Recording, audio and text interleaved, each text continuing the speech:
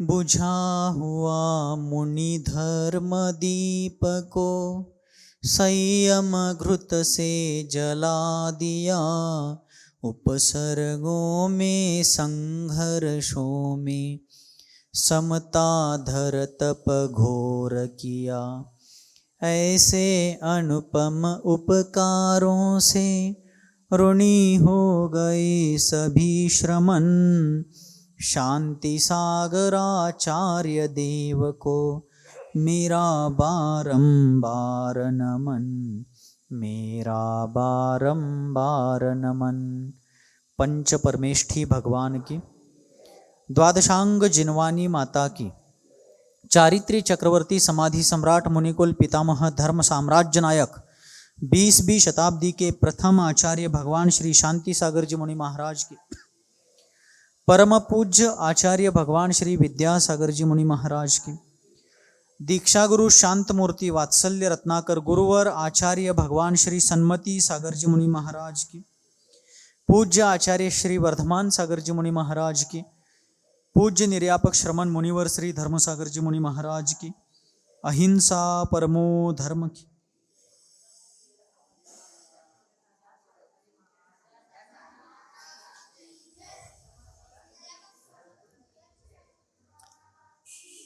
फूल सूख भी गया तो भी सूखे फूल में से सुगंधी आती रहती है। सूर्य अस्ताचल की ओर पहुंच गया तब भी वह सूर्य प्रकाश ही प्रदान करता है। आपने कभी देखा है कि सूर्य अस्त हो रहा है और वो अंधकारमय हो गया है, या सूर्य काला पड़ गया है? ऐसा कभी देखा? उल्टा सूर्य जब अस्ताचल की ओर पहुंचता है तो और ज्यादा लाल हो जाता है। जैसे पूर्वाचल पूर्व की तरफ देखते हैं अपन, तो उस समय उदय काल में सूर्य अत्यंत लाल दिखता है। उसी प्रकार अस्ताचल को पहुंचा हुआ सूर्य भी अत्यंत तेज पुंज और लालिमा युक्त दिखता है। उसी प्रकार महापुरुष महान लोग भी जीवन के अस्त काल में भी उतने ही व्यस्त होते हैं और उतने ही दैदीप्यमान होते हैं जितने वे अपने जीवन के बीच मध्य काल में अपने उन्नति के शिखर पर, अपने साधना के शिखर पर होते हैं। आचार्य महाराज 30 मई 1955 को बारामती से विहार करते करते 12-13 दिन के विहार के बाद 12 जून 1955 को सिद्ध क्षेत्र कुंतलगिरी पर पहुंचते। अपन सभी लोग आचार्य भगवान श्री शांति सागर जी महाराज के संलेखना का प्रसंग देख रहे हैं और उस प्रसंग में आचार्य महाराज ने निर्भयता पूर्वक बहुत से लोगों ने उनको आग्रह किया कि महाराज अभी आप स्वस्थ है, आपका देह अभी बलिष्ठ है, सब कुछ अच्छा है, अभी संलेखना की जल्दबाजी ना करें। तो आचार्य महाराज ने उन सभी से कहा कि नहीं, जब मैं कोई निर्णय लेता हूं तो पूर्ण रूपेण विचार पूर्वक निर्णय लेता हूं। अविचार पूर्वक मैंने आज तक कोई निर्णय नहीं लिया है और यह तो मेरे जीवन का अंतिम और सर्वोच्च निर्णय है और यह निर्णय मैंने बहुत विचार पूर्वक, अनुभव पूर्वक, शास्त्र की मर्यादा का भान रखते हुए यह निर्णय लिया हुआ है। इसलिए आप कोई भी मेरे निर्णय के बीच में ना आए, मैं अपने निर्णय पर अड़ी हूं। और विहार करते करते वे महामहिम आचार्य देव 12 जून 1955 को सिद्ध क्षेत्र कुंतलगिरी को पहुंच गए।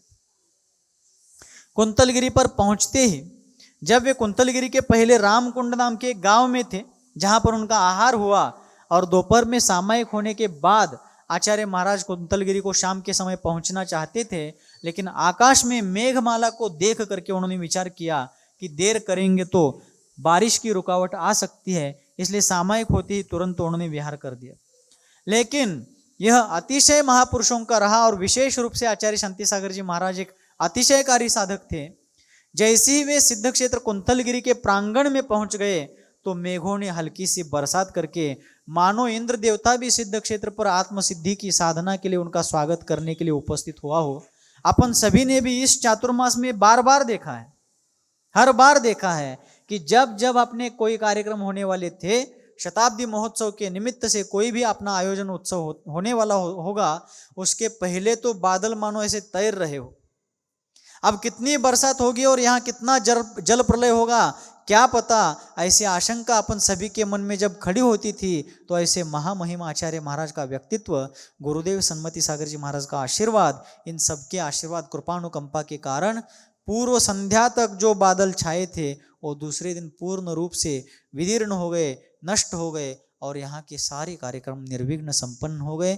यह भी इस भूमि का एक अतिशय है। यह शांति भूमि उस महासाधक की साधना स्थली और उच्चासन पर पदारोहण करने वाली यह स्थली, इसका भी अपना एक महात्म्य। तो जब आचार्य महाराज पहुंचे, प्रवेश के समय कुछ बूंदे वहां पर गिरी, आचार्य महाराज का स्वागत हुआ, दर्शन हुआ। महाराज जैसे ही सभा मंडप में पहुंचे मूसलाधार बरसात हो गई। आचार्य महाराज अपने स्थान पर जाकर पहुंचने के बाद सारे लोग सुरक्षित व्यवस्थित अपने आवास में पहुंचने के बाद वहां पर बड़ी भारी बरसात हुई। किसी को कोई व्यवधान, कोई बाधा नहीं आई। पुण्य पुरुषों का कार्य, पुण्य पुरुषों का महात्म्य इसी प्रकार का होता है। आचार्य महाराज जैसे ही पहुंचे, दूसरे तीसरे दिन उन्होंने ऊपर जाकर के देशभूषण कुलभूषण भगवान के दर्शन किए। वहाँ के जिन मंदिरों के, जिनालयों के, जिन बिंबों के दर्शन करके उन्होंने आनंद का अनुभव किया और वे अपने साधना में लग गए। आगे चल करके जब चातुर्मास का प्रारंभ हो गया और चातुर्मास के प्रारंभकालीन साधना काल में आचार्य महाराज ने अष्टानिका पर्व में एक आहार एक उपवास, एक आहार एक उपवास, इस प्रकार की साधना उस उम्र में, 84 साल की उम्र उनकी चल रही थी। 83 वर्ष पूर्ण हुए थे, 84वां वर्ष उनके उम्र का चल रहा था और अष्टानिका पर्व के उस महोत्सव में उन्होंने एक आहार एक उपवास, एक आहार एक उपवास की साधना की। चातुर्मास की स्थापना हो गई। चातुर्मास स्थापना के बाद रोज का रोज उनका दिनक्रम रहता था। सुबह भगवान का दर्शन वगैरह होने के उपरांत वे स्वयं बैठ करके संघ के सदस्य हो, उपस्थित श्रावक जन समुदाय हो, उनके साथ स्वाध्याय तत्व चर्चा होती थी। दोपहर में, दिन में प्रवचन स्वाध्याय आदि होते थे और अन्य कालावधि में वे अपने आवश्यक क्रियाओं को, षट आवश्यकों को साधने में, उनकी पूर्तता करने में निरंतर लगे रहते थे। उसी दरमियान एक बार चर्चा के दौरान किसी श्रावक ने आचार्य महाराज से पूछा कि महाराज, आप स्वाध्याय, साधना और सामायिक के व्यतिरिक्त अन्य समय में कुछ जाप्य करते रहते हैं, आप कौन सा जाप्य करते हैं? क्या पूछा? आप कौन सा जाप्य करते हैं? तो उन्होंने कहा कि मैं नमोकार मंत्र का संक्षिप्त रूप से जो जाप्य है, अरहंत सिद्ध साधुभ्यो नमः। कौन सा? अरहंत सिद्ध साधुभ्यो नमः, इस मंत्र का मैं जाप्य करता हूं। तो उन्होंने पूछा कि महाराज, आप पुनः पुनः बार बार जाप्य करते हुए दिखते हैं, तो आप कितने जाप्य करते हैं?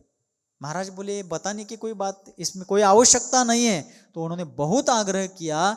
तब आचार्य महाराज ने कहा कि मेरे हर महीने में लगभग 25 लाख जाप्य होते हैं। कितने? देखो, रोज के अपने सामायिक 6 आवश्यक क्रियाएं, संघ, समाज को दिया हुआ स्वाध्याय प्रवचन आदि का समय, इतने में से समय निकाल करके वे महासाधु रोज के रोज इतने जाप्य करते थे कि महीने भर में लगभग 25 लाख जाप्य वे करते थे। ऐसे उनकी साधना। भगवान समंतभद्र आचार्य देव ने अनेक महान ग्रंथों की रचना की।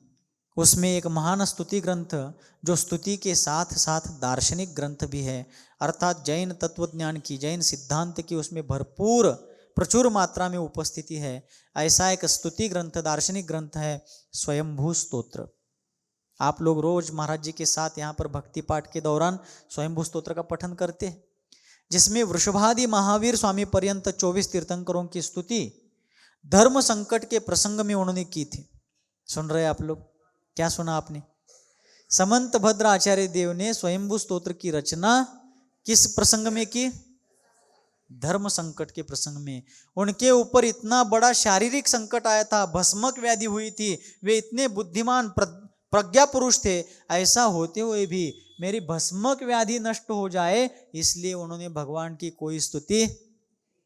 लेकिन आज यह राजा जो मेरे सामने आग्रह कर रहा है कि इस पिंडी को नमस्कार करना पड़ेगा, तब उन्होंने धर्म की सिद्धि करने के लिए और वीतरागता ही देव का सच्चा स्वरूप है, इस बात को सिद्ध करने के लिए वहां पर वृषभादि महावीर स्वामी की स्तुति करके ऑन द स्पॉट 24 तीर्थंकरों का स्तवन वहां पर पढ़ करके उसकी रचना उसी समय हो गई तो उस स्तुति में, शीतलनाथ भगवान की स्तुति के प्रसंग में उन्होंने एक श्लोक रचा, स्वजीविते काम सुखे च तृष्णया। यह विश्व कैसा है और विश्व से अलग हो चुके, अलिप्त हो चुके, अध्यात्म विश्व में प्रवेश करने वाले और अध्यात्म जगत में ही जीवन जीने वाले ऐसे आचार्य देव शांति सागर जी जैसे महासाधक किस प्रकार का जीवन जीते हैं, उनका जीवन जीने का ढंग कैसा है। ढंग म्हणजे आपल्या गावातली म्हणचीला, ढंग म्हणजे पद्धत। उनके जीवन जीने की शैली, उनका तरीका क्या है, इसका वर्णन करते हुए उन्होंने कहा, स्वजीविते काम सुखे च तृष्णया दिवाश्रमार्ता निशि शेरते प्रजा त्वमार्यनक्तम दिवम प्रमत्तवा न जागरे वात्म विशुद्ध वर्तमणि। आचार्य समंत भद्र जी महाराज शीतलनाथ भगवान को कहते हैं कि प्रभु, यह सारा जो विश्व है, संपूर्ण जगत है, उस जगत में रहने वाले सारे मानव है, प्राणी मात्र है, वे किस लिए और कैसा जीवन जी रहे हैं। स्वजीविते, स्वयं को जीवित रखने के लिए, स्वयं के जीवित को सुरक्षित बनाने के लिए, व्यवस्थित रखने के लिए, और काम सुखे च तृष्णया, काम सुख के साथ साथ अपनी तृष्णाओं को, इच्छाओं को पूर्ण करने के लिए क्या करते हैं। स्वजीविते काम सुखे च तृष्णया दिवाश्रमार्थ, स्वजीविते अपने स्वयं के जीवन को सुरक्षित रखने के लिए, काम सुख तथा और भी अनेक तृष्णाओं की पूर्तता के लिए दिवाश्रमार्था, दिवा यानी दिन में, श्रमार्था श्रम करते हैं, मेहनत करते हैं, और उस श्रम और मेहनत के कारण आर्त यानी दुखी होते हैं। शारीरिक मेहनत के कारण दुख, कष्ट, पीड़ा प्राप्त होती है, और उस दिन भर थके हुए, हारे हुए, अत्यंत पसीनो पसीन हो चुके उस देह यष्टि को आराम दिलाने के लिए निशि शेरते प्रजा, यह सारी प्रजा अर्थात विश्व के प्राणी क्या कर रहे हैं, निशि अर्थात रात में, शेरते अर्थात आराम कर रहे, सो रहे। दिन भर कमाने में, जमाने में लगाया और रात में सोने के लिए उन्होंने समय गंवाया। स्वजीविते काम सुखे च तृष्णया दिवाश्रमार्ता निशि शेरते प्रजा त्वमार्य नक्तम दिवम प्रमत्तवा न जागरे वात्म विशुद्ध वर्तमनि। लेकिन हे प्रभु, हे शीतलनाथ स्वामी, आप हे आर्य, उनको क्या कहा, त्वम अर्थात हे आर्य।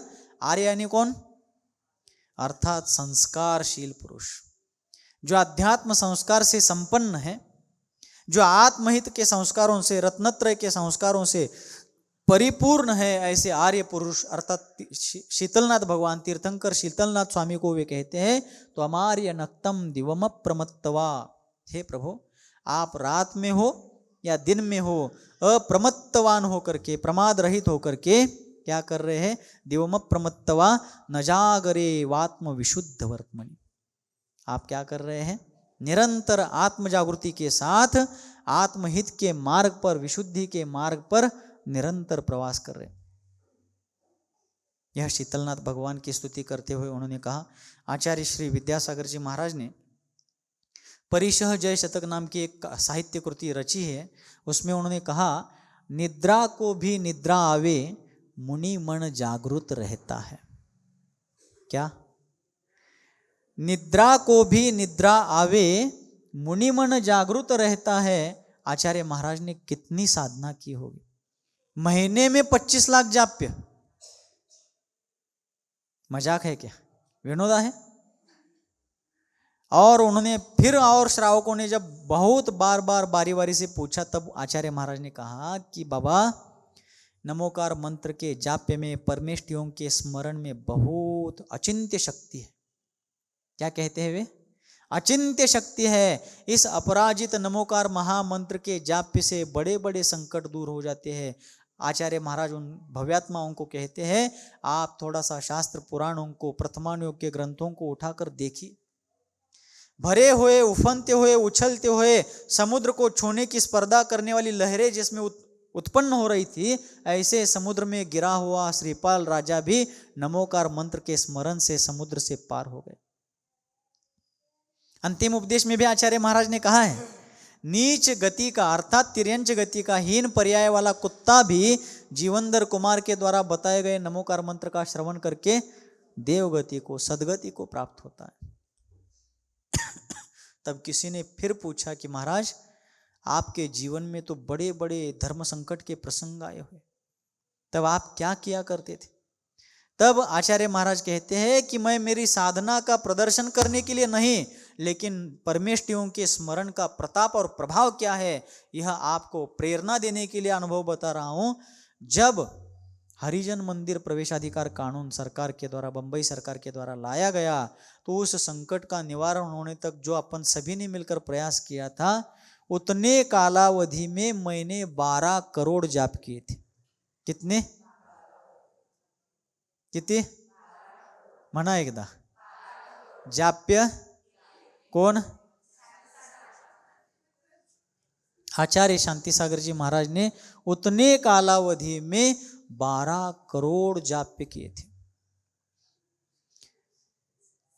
6 अगस्त 1948 से लेकर के 16 अगस्त 1951 तक इन 1105 दिनों में उन्होंने 12 करोड़ जाप्य किए थे। बताइए, वो सोते कब होंगे, उठते कब होंगे, बैठते कब होंगे, अन्य क्रियाओं में से सारा समय निकाल करके ये सब जाप्य कार्य करते कब होंगे? सोच करके आपके ये ललाट की पट्टियां ऊपर चढ़ी हुई है, कैसा उनका जीवन, क्या होगी वह विभूति? हम उनको देख नहीं पाए। उनके आचार्य पदारोहण के उस उत्सव को हम लोग अपनी आंखों से नहीं देख पाए, कोई बात नहीं, लेकिन आज उनके महानतम जीवन चरित्र को पढ़ करके, सुन करके, उनके जीवन के प्रति जो अपने सभी के मन में उनके प्रति जो बहुमान उत्पन्न हो रहा है, यह बहुमान भी हमें प्रमाण की ओर अर्थात केवल ज्ञान की ओर ले जाएगा। क्योंकि ऐसे आचार्य परमेष्ठि का कृपा प्रसाद, उनके द्वारा दिया गया मार्ग, उनके द्वारा प्रदर्शित किया हुआ मोक्ष मार्ग हम सभी के लिए निश्चित रूप से लाभप्रद होगा। और फिर कुंतलगिरी के चातुर्मास की साधना चल रही थी।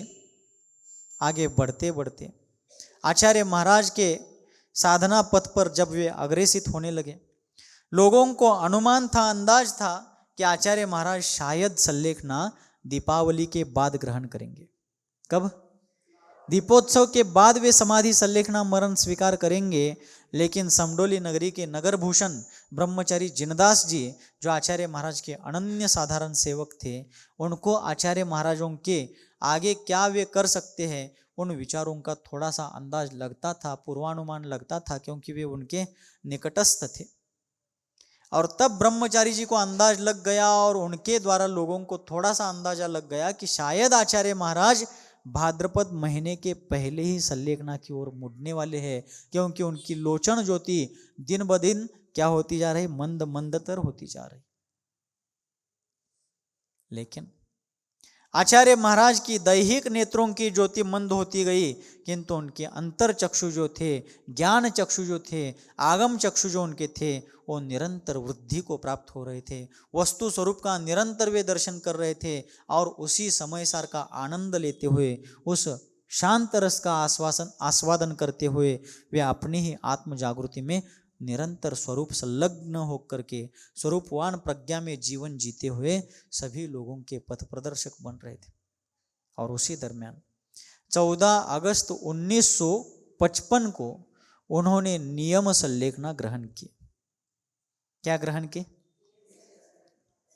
14 अगस्त 1955 के दिन उन्होंने जिनेंद्र भगवान का दर्शन किया, नमोकार मंत्र का स्मरण किया और देव शास्त्र गुरु की आज्ञा का और उनके उपदेश का स्मरण करते हुए उन्होंने दृढ़ संकल्प पूर्वक नियम सल्लेखना ग्रहण की।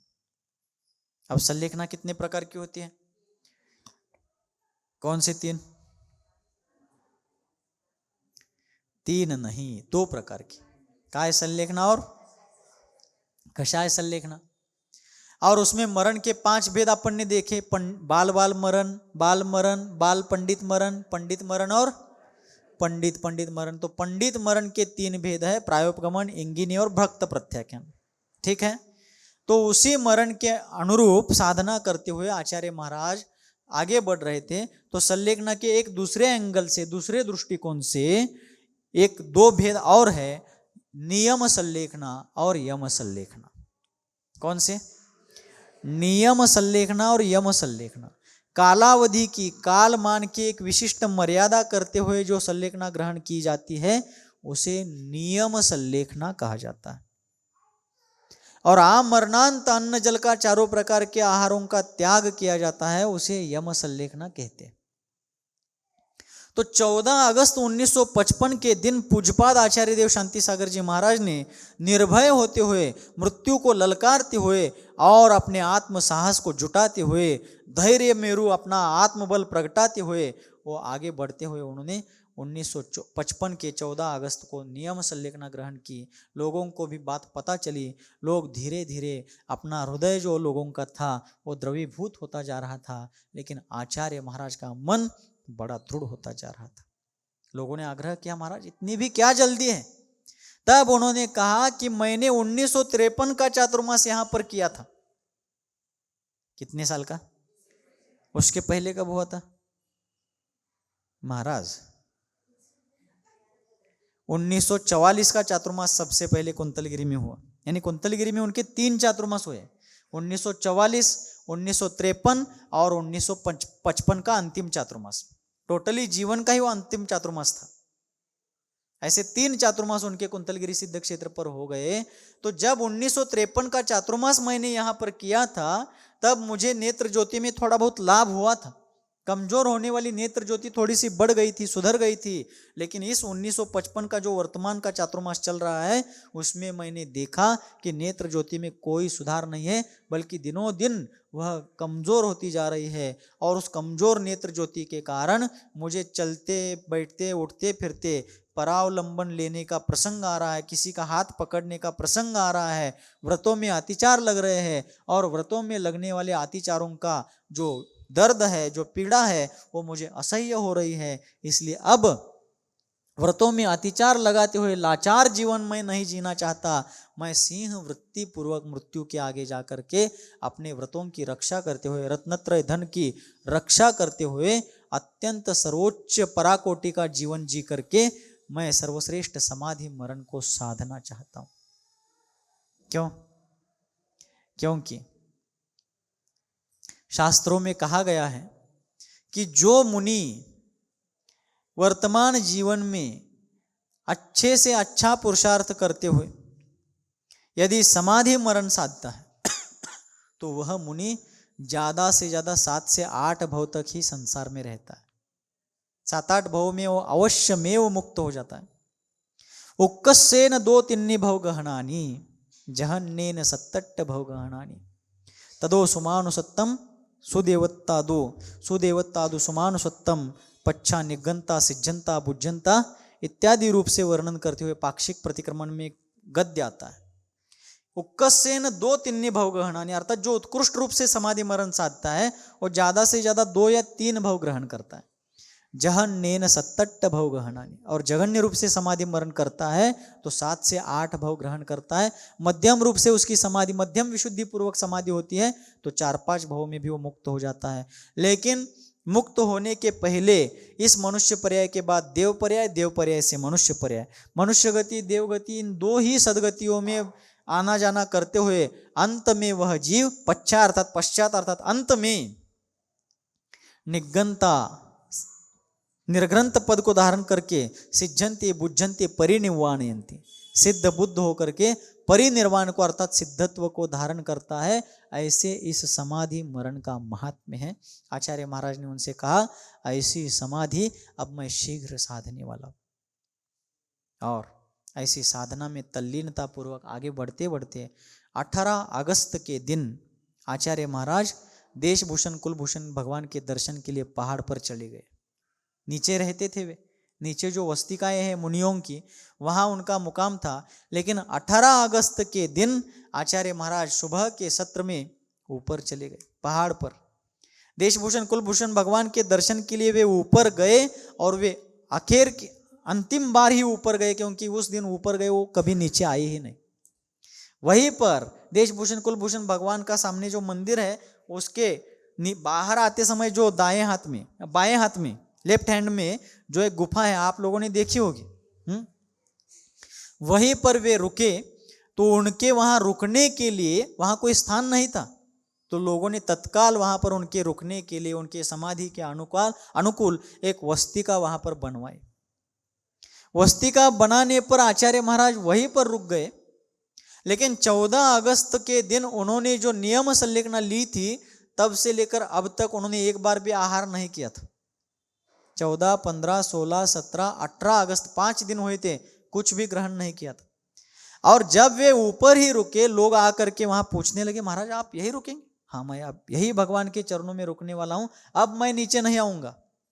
ऐसा उनके कहने पर लोगों ने वहीं पर वस्तिका बना दी, और वस्तिका बनाने के बाद, उनके समाधि के अनुकूल स्थान बनाने के बाद लोगों ने और पूछा, महाराज और हमारे लिए कोई आदेश? सुन रहे क्या आप लोग?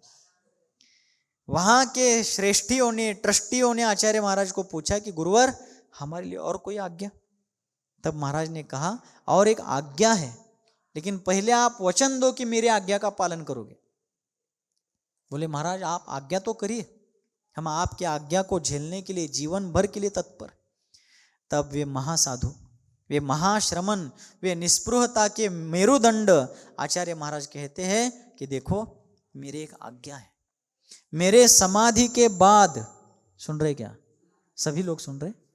आचार्य महाराज ने कहा कि मेरी संलेखना के बाद यह जो मेरा देह है, यह जो मेरा शरीर है, इसको आप क्या करना, पर्वतराज कुंतलगिरी के बगल में जो एक नाला जाता है, जिसको मराठी में अपन ओढ़ा कहते, ओढ़ा, उस नाले के पास में फेंक देना इस शरीर को।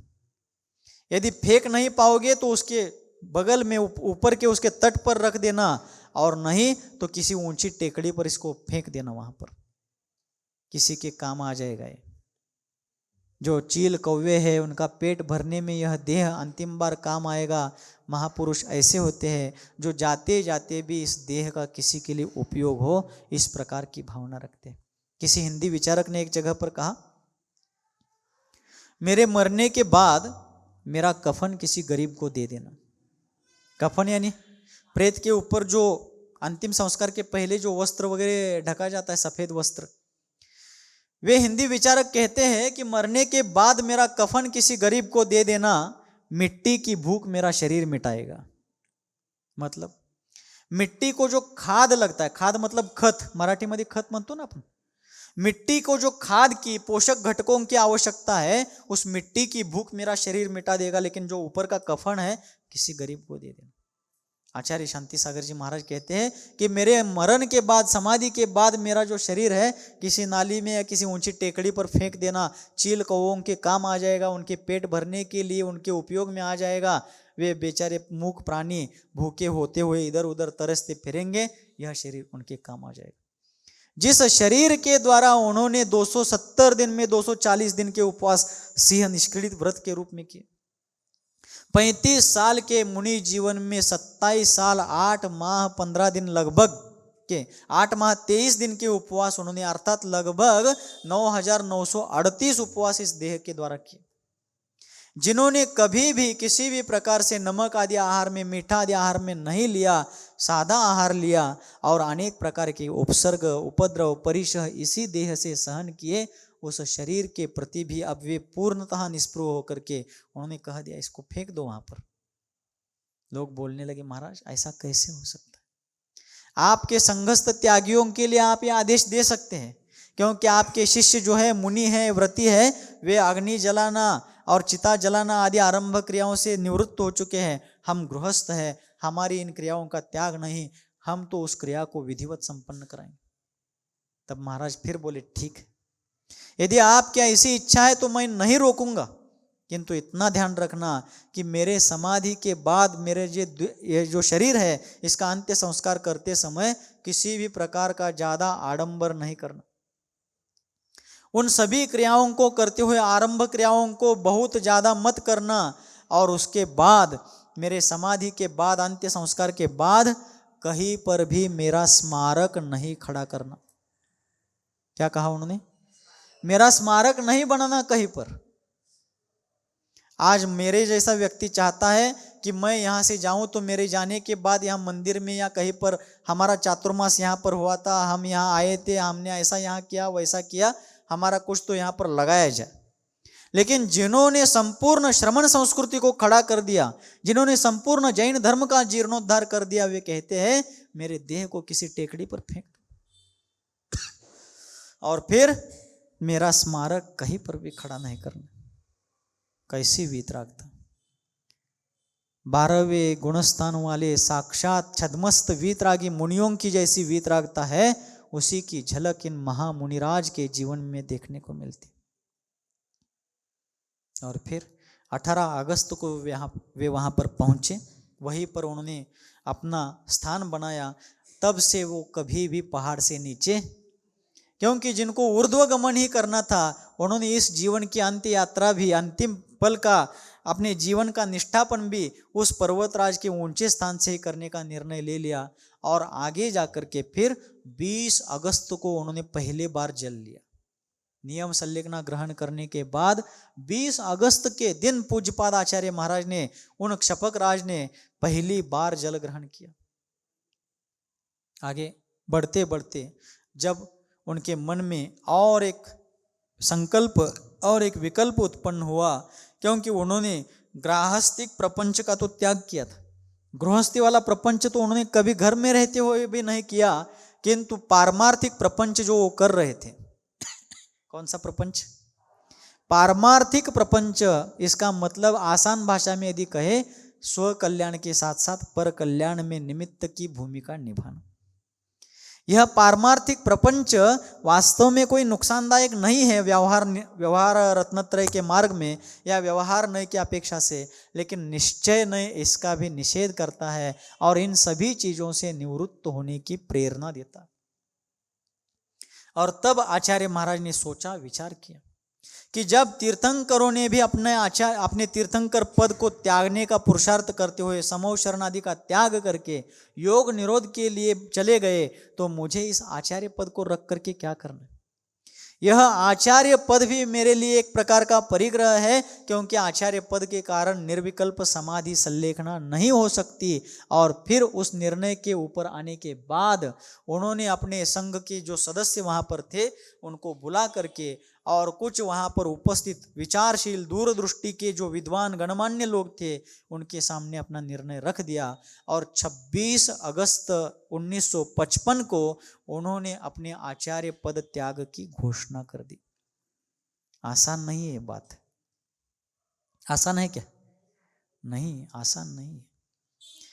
मानी व्यक्ति, अहंकारी व्यक्ति, पद प्रतिष्ठा की लालसा रखने वाला व्यक्ति एकाध बार अपने प्राण छोड़ सकता है, लेकिन पद छोड़ना उसके लिए आसान बात, व्यक्तिगत किसी की बात नहीं है, मेरे लिए भी लागू हो सकती है।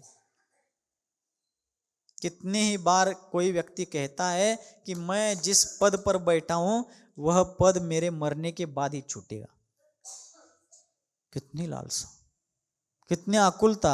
तब आचार्य महाराज ने 26 अगस्त 1955 के दिन अपना आचार्य पद सारे उपस्थित जन समुदाय के सामने, अपने संघ के सामने छोड़ दिया।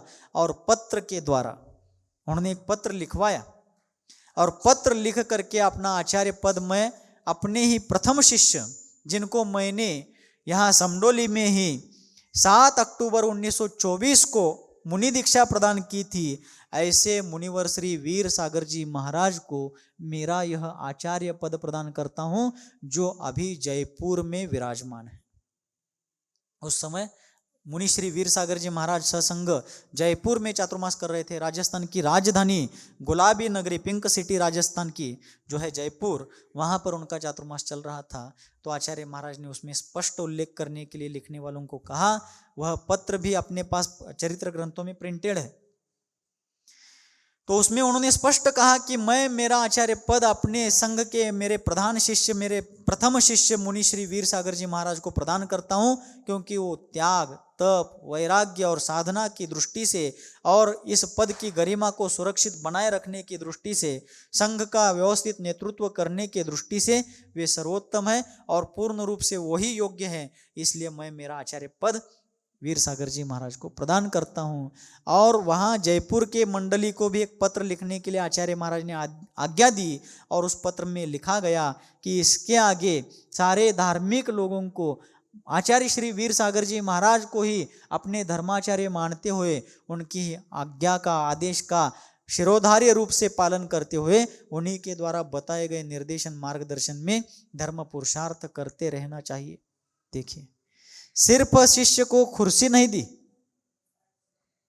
शिष्य को सिर्फ आसन नहीं दिया, बल्कि आसन देने के साथ साथ औरों को यह प्रेरणा दी कि उनका नेतृत्व सभी को मान्य करना चाहिए। क्या करना चाहिए? उनका नेतृत्व सभी को मान्य करना चाहिए। उन्हें ही अपने संघ का, अपने चतुर्विध संघ का धर्म नायक मान करके उनके पद चिन्हों पर सभी को चलना है। जिस शिष्य ने उन्हीं के कर कमलों से दीक्षा ली, जिस शिष्य ने उन्हीं के द्वारा बताए हुए मार्ग पर अपना जीवन आगे बढ़ाया, उसी शिष्य को आचार्य महाराज कहते हैं, इसके आगे उन्हीं को सभी लोग अपना मार्गदर्शक मानेंगे। सिर्फ पद बड़ा होकर के नहीं चलेगा, जिगरा बड़ा होना चाहिए, मन बड़ा होना चाहिए। तभी ऐसे लोग ऐसा अलौकिक दिव्य, ऐसा अलौकिक कार्य कर सकते हैं। और फिर 26 अगस्त को उन्होंने अपने आचार्य पद का त्याग किया। इसको प्रपंच क्यों कहा? आचार्य पद को प्रपंच, पारमार्थिक भले विशेषण उसको लगाया है, उस प्रपंच शब्द के आगे पारमार्थिक विशेषण जरूर लगाया, लेकिन प्रपंच क्यों कहा?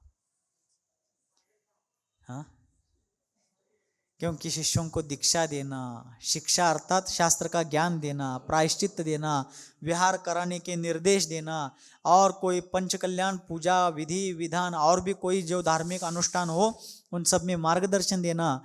किसी शिष्य की या साधर्मी की समाधि संलेखना का प्रसंग आ जाए तो उसमें मार्गदर्शन देना, और भी कोई धर्म संकट का प्रसंग आ जाए या और कोई विवाद्य मुद्दा आ जाए तो उन सभी चीज़ों का व्यवस्थित हल करके, समाधान करके, उन चीज़ों को निपटा करके आगे बढ़ना, यह एक प्रकार का पारमार्थिक प्रपंच ही है, जो निर्विकल्प समाधि की साधना में शुद्धोपयोग के अनुभव में बड़ी बाधा है, निश्चय नहीं की अपेक्षा से, आध्यात्मिक ग्रंथों की अपेक्षा से। और इसलिए उन सभी विकल्पों को मन में रख करके कोई भी आचार्य परमेष्ठी निर्विकल्प समाधि, निश्चिंत होकर के समाधि, निशल्य होकर के, पूर्ण रूपेण चिंता मुक्त होकर के संलेखना समाधि नहीं साध सकते। इसलिए सभी को आचार्य पद का, अर्थात जो जो आचार्य पदासीन है उन सभी को संलेखना के पहले आचार्य पद का त्याग करना ही होता है। क्या करना होता है? तीर्थंकर भगवान तो केवली है, सर्वज्ञ है, वीतरागी है। उनको समूह शरण, पंच कल्याण, दिव्य ध्वनि, आने वाले सुनने वाले श्रोता, इंद्रगण, चक्रवर्ती, नारायण, प्रतिनारायण, बलभद्र आदि लोगों से कोई व्यामोह नहीं होता है। किंतु फिर भी वे केवल ज्ञानधारी तीर्थंकर भगवान जब चतुर्थ शुक्ल ध्यान धारण करने वाले होते हैं, योग निरोध करने वाले होते हैं, उसके पहले वे भी समूह शरण का त्याग कर देते हैं। जब तीर्थंकर भगवान समूह शरण का त्याग करते हैं तो आचार्य महाराजों को भी अपने आचार्य पद का करना ही होगा, कोई भी हो। क्यों? क्योंकि यदि निर्विकल्प समाधि साधनी है तो उसमें यह आचार्य पद बड़ी बाधा है। परहित संपादनैक कार्यम आचार्यवर्यम, यह एक सूक्ति अपन ने आचार्य भक्ति भावना के प्रवचन में सुनी थी कि आचार्यों का काम क्या है। स्वहित का कार्य तो मुनि अवस्था में ही बहुत अच्छे से किया जाता है, लेकिन स्वहित के साथ साथ हितेच्छुक भव्य जीवों के हित का मार्ग प्रशस्त करने के लिए तीर्थंकरों अरहंतों के अनुपस्थिति में आचार्य परमेष्ठी ही वह जिम्मेदारी अपने ऊपर लेते हैं और उस कार्य को मूर्त रूप देते हैं। लेकिन कहीं ना कहीं रुकना होगा। क्या करना होगा? रुकना तो होगा। चलना प्रारंभ किया है तो रुकना भी कहीं ना कहीं होगा। जिस प्रकार चलने की कला आनी चाहिए, उसी प्रकार कहाँ रुकना है, कब रुकना है, कैसे रुकना है, इस बात की कला भी आनी बहुत आवश्यक है। और फिर आचार्य महाराज कहाँ रुके? कुंतलगिरी पर रुके। देशभूषण कुलभूषण भगवान के निर्वाण स्थली पर अनेक साधकों की साधना भूमि पर रुके, और उसके साथ साथ कैसे रुके? अपने अध्यात्म जगत में रुके और बाह्य जगत से कनेक्शन, संपर्क तोड़ते गए और अपने अंतर विश्व में ही रममान होते गए। नीचे उतरना आसान नहीं है ना, आप सभी लोग जानते हैं। बराबर है? कैसे बराबर है?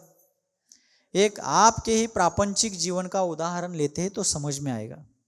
मान लीजिए आपके घर में किसी का विवाह हो रहा है, शुभ मंगल, सुमुहूर्ते।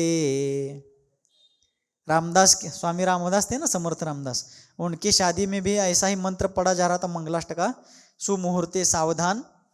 तो उनको उस बोलचाल के लोगों के वो सब कलरव चल रहा था, उसमें वो ठीक से सुनाई नहीं दिया। सुमुहूर्ते के स्थान पर उनको समोर्चे सावधान ऐसा सुनाई दिया। तो उनको लगा कि शायद ये भटजी मुझे जागरूक कर रहे, इसलिए वो बोले पर से ही चले गए, विवाह किया नहीं उन्होंने। तो किसी का विवाह चल रहा है, क्या चल रहा है, किसी का विवाह चल रहा है और अक्षता क्षेपण होने के बाद वर वधु शायद बुजुर्गों के, बड़े लोगों के सारे नमस्कार करके पैर छूते हैं, उनको वंदन करते हैं। वो सब करते करते मान लो जल्दबाजी में, गड़बड़ी में, हड़बड़ी में, अज्ञानतावश, अनजानेपनेवश किसी का नमस्कार करने का भूल गए वो लोग। क्या होता है, इष्ट मंद्याग ना खांसुले न्यान मुद्दाम माड़ीदार हांगे। इतने लोगों में मैं नहीं दिखा, जानबूझकर मेरा अपमान किया गया है, इतने सभी के बीच में मुझे जानबूझ करके अपमानास्पद, अपमानात्मक बर्ताव मेरे साथ किया गया है, ये मैं हमेशा ध्यान में रखूंगी। इस प्रकार सिर्फ पैर नहीं छूने, मान कषाय का शिखर इतना ऊंचा होता है, वहां से नीचे आना सभी के लिए संभव नहीं। यहाँ तो आचार्य पद के आसंदी से नीचे उतरना। इस पंचम काल में अरहंतों के बाद यदि धर्म तीर्थ में सर्वोच्च स्थान यदि किसी का हो तो आचार्य परमेष्ठी का है। वर्तमान में आचार्य परमेष्ठी मानो एक अपेक्षा से अरहंत परमेष्ठी है, भले उनको केवल ज्ञान नहीं है, लेकिन अरहंतों के धर्म तीर्थ का प्रवर्तन करने का कार्य आचार्य परमेष्ठी के मार्गदर्शन में ही चलता है। उस आचार्य पद के उच्चासन से नीचे उतरना सबके बस की बात नहीं। हाँ जी, तो उस प्रकार आचार्य महाराज ने सहजता से उसका त्याग किया। हमारे आचार्य महाराज ने भी जब आचार्य पद का त्याग किया था, इतने ही सहजता से वो अपने आसन से उतर करके नीचे बैठ गए थे। कदाचित आप लोग उसमें उपस्थित हो तो आपने देखा हो, किसी भी प्रकार का व्यामोह ना रखते हुए, किसी भी प्रकार का उस उच्चासन का खेद, उसको छोड़ने का खेद ना रखते हुए वे उतनी ही सहजता से नीचे उतर करके बैठे थे, क्योंकि उनका जीवन बहुत सहज सादगी भरा था। एक वाक्य में यदि मुझे कोई पूछे महाराज आपके गुरु के बारे में एक वाक्य में ही बता दीजिए वो कैसे थे, ज्यादा सुनने के लिए हमारे पास समय नहीं, तो मैं इतना ही बता सकता हूं उनके बारे में। एक वाक्य में यदि बताना हो तो निर्वाण को प्राप्त होने वाले सिद्ध भगवान का ऊर्ध्वगमन जितना सरल सीधा होता है, उतना ही रुजु स्वभाव, उतना ही सरल स्वभाव यदि किसी का हो तो वे आचार्य सन्मति सागर जी महाराज। इतना सहज और सरल उनका व्यक्तित्व, उतनी ही सहजता से वे अपने आसन से नीचे उतरे थे। ये तो आचार्य शांति सागर जी महाराज, जिन्होंने इतने तपोपूत देह के बारे में कहा कि इसको फेंक दो किसी टेकड़ी पर और मेरा स्मारक कहीं नहीं बनाना है। तो 26 अगस्त के दिन उन्होंने आचार्य पद का त्याग किया और 2 दिन बाद 28 अगस्त 1955 को उनके साथ एक ब्रह्मचारी जी थे, उनका नाम था भरमाप्पा। क्या नाम था? और वर्षों से, दशकों से उन ब्रह्मचारी जी ने आचार्य महाराज की मनोभाव से सेवा की थी। अत्यंत निकांक्षित भाव से उन्होंने आचार्य महाराज की सेवा की थी। अपने जीवन का भाग्य मान करके उन्होंने उन महामहिम आचार्य महाराज के चरणों की सेवा का प्रसाद प्राप्त किया था। तब एक दिन आचार्य महाराज ऐसे ही अंतरंग क्षणों में उन ब्रह्मचारी जी को कहते, भरमाप्पा तूने वर्षों से मेरी बहुत सेवा की है रे, लेकिन तुझे देने के लिए मेरे पास कुछ नहीं है। देखो, जिन्होंने अपना सर्वस्व इस संस्कृति के लिए लुटाया था, वे ब्रह्मचारी जी को कहते तुझे देने के लिए मेरे पास कुछ नहीं, लेकिन तूने मेरी बहुत सेवा की है, तेरी सेवा मेरे स्मरण में हमेशा रहेगी और इसलिए तेरा कल्याण हो जाए ऐसा मेरा विचार है। इसलिए मैं तुझे कल अर्थात 28 तारीख को क्षुल्लक दीक्षा देने वाला हूं। आचार्य पद छोड़ने के बाद भी उन्होंने एक क्षुल्लक दीक्षा दी, क्योंकि दीक्षा आचार्य महाराज ही देते हैं।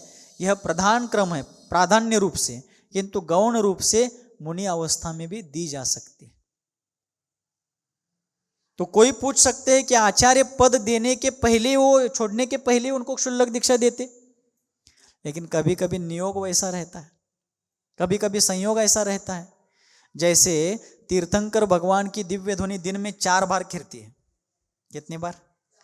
लेकिन समूह शरण में यदि कोई चक्रवर्ती या इंद्र आदि लोग भी बीच में भी असमय में भी आ जाए तो असमय में भी तीर्थंकर भगवान की दिव्य ध्वनि, यदि कोई वहां पर प्रश्न करे तो महाराज हम सामान्य भगवान हम सामान्य लोग हैं इसलिए आप विशिष्ट समय पर ही बोलते हैं, आरक्षित समय में ही बोलते हैं, और ये चक्रवर्ती इंद्र लोग बड़े लोग हैं इसलिए आप उनके लिए स्पेशल व्यवस्था देते हैं क्या? यदि कोई भगवान को ऐसा कहे तो चलेगा क्या? उन चक्रवर्ती बलभद्र नारायण प्रतिनारायण या इंद्र आदि के पुण्य का ही इतना प्रभाव रहता है कि भगवान की दिव्य ध्वनि भी निसर्गतः प्राकृतिक रूप से खिरती है। तो भरमाप्पा का भी पुण्य इतना था, उन्होंने वर्षों से दशकों से जो सेवा आचार्य देव की हुई थी उस सेवा का पुण्य इतना प्रबल था कि आचार्य पद के विकल्प से निवृत्त होने के बाद भी उन महामहिम आचार्य महाराज ने उनको ब्रह्मचारी जी को भरमाप्पा जी को 28 अगस्त के दिन दीक्षा दी और उनका नाम रख दिया क्षुल्लक सिद्ध सागर। और फिर उन्होंने कहा कि सिद्ध सागर आपने बहुत सेवा की, आज इस संयम प्रदान करने के सिवाय मैं आपको दूसरा कुछ नहीं दे सकता, लेकिन आज जिस अनुव्रत को संयम को आपने धारण किया है आपके संयम के आगे मैं चक्रवर्ती की संपदा को भी तुच्छ समझता हूँ। ऐसे व्रतों का आपने स्वीकार किया है, इन व्रतों का व्यवस्थित पालन संवर्धन संरक्षण करना, और मैं आपको विश्वास दिलाता हूँ। आचार्य शांति सागर जी कहते हैं, देखिए आज सेवा करने वालों का ध्यान कौन रखता है, सेवा वयावर्ती करने वालों का स्मरण आज कौन रख रहे हैं, कितने लोग हैं ऐसे। लेकिन ऐसे महान आचार्य उन शुल्लक जी को कहते हैं कि मैं आज तुम्हें विश्वास दिलाता हूं कि तुम शीघ्र मुक्ति को प्राप्त करोगे, सिद्धत्व को प्राप्त करोगे, क्योंकि तुम्हारी वयावर्ती का फल ही इतना बड़ा हो। छोटी छोटी चीजों का वयावर्ती का भी उन्होंने इतना हिसाब रखा हुआ था। तो बड़े लोग अकारण ही बड़े नहीं होते, महान लोग ऐसे ही महान नहीं होते। सबके प्रति उनकी कृतज्ञता, सबके प्रति उनकी विनम्रता, सबके दिए हुए योगदान के प्रति निरंतर जागरूकता और उन सबके भलाई का भाव ऐसे महान लोग ही अपने हृदय में धारण कर सकते हैं। इस प्रकार आचार्य महाराज अपने संलेखना की ओर बढ़ते गए और फिर दो तीन दिन में एक बार आहार लेना। उसके बाद और एक बात बीच में बताना मैं भूल गया, और एक 5 मिनट चलेगा ना। 18 जुलाई से उन्होंने क्या किया था, 2 ग्रास ही आहार लेना प्रारंभ किया था पहले तो। कब से? 18 जुलाई से। और फिर 14 अगस्त को उन्होंने क्या किया, नियम संलेखना का व्रत लिया। लेकिन उसके पहले 18 जुलाई से वे जब जिस दिन आहार को जाते थे मात्र 2 ग्रास ही आहार लेते थे, बाकी जल वगैरह ग्रहण करते थे, लेकिन आहार 2 ही ग्रास। और 14 अगस्त को नियम संलेखना ग्रहण की, लेकिन 20 अगस्त को ही उन्होंने जल लिया था। 26 अगस्त को आचार्य पद छोड़ा, 28 अगस्त को उन्होंने ब्रह्मचारी भरमाप्पा जी को क्षुल्लक दीक्षा देकर सिद्ध सागर नामकरण कर दिया। और इसी प्रकार निरंतर साधना पथ पर आगे बढ़ते हुए चिंतन मनन ध्यान साधना करते करते 18 सितंबर को उन्होंने क्या कर लिया महाराज, क्या कर लिया क्या नहीं कर लिया, यह आप ही बताना। उसके पहले 4 सितंबर को उन्होंने यम संलेखना धारण करी। कितने सितंबर को? 4 सितंबर को यम संलेखना धारण कर ली। और फिर यम संलेखना के बाद की साधना किस प्रकार की है उसकी चर्चा अग्रिम सत्र में करेंगे। अहिंसा परमो धर्म की गुरुवर आचार्य भगवान श्री सन्मति सागर जी मुनि महाराज की। बोधि समाधि परिणाम शुद्धि स्वात्मोपलब्धि शिव सौख्य सिद्धि चिंतामणिं चिंतित वस्तु दाने त्वां वंदमानस्य ममास्तु देवी। नवजाप्य।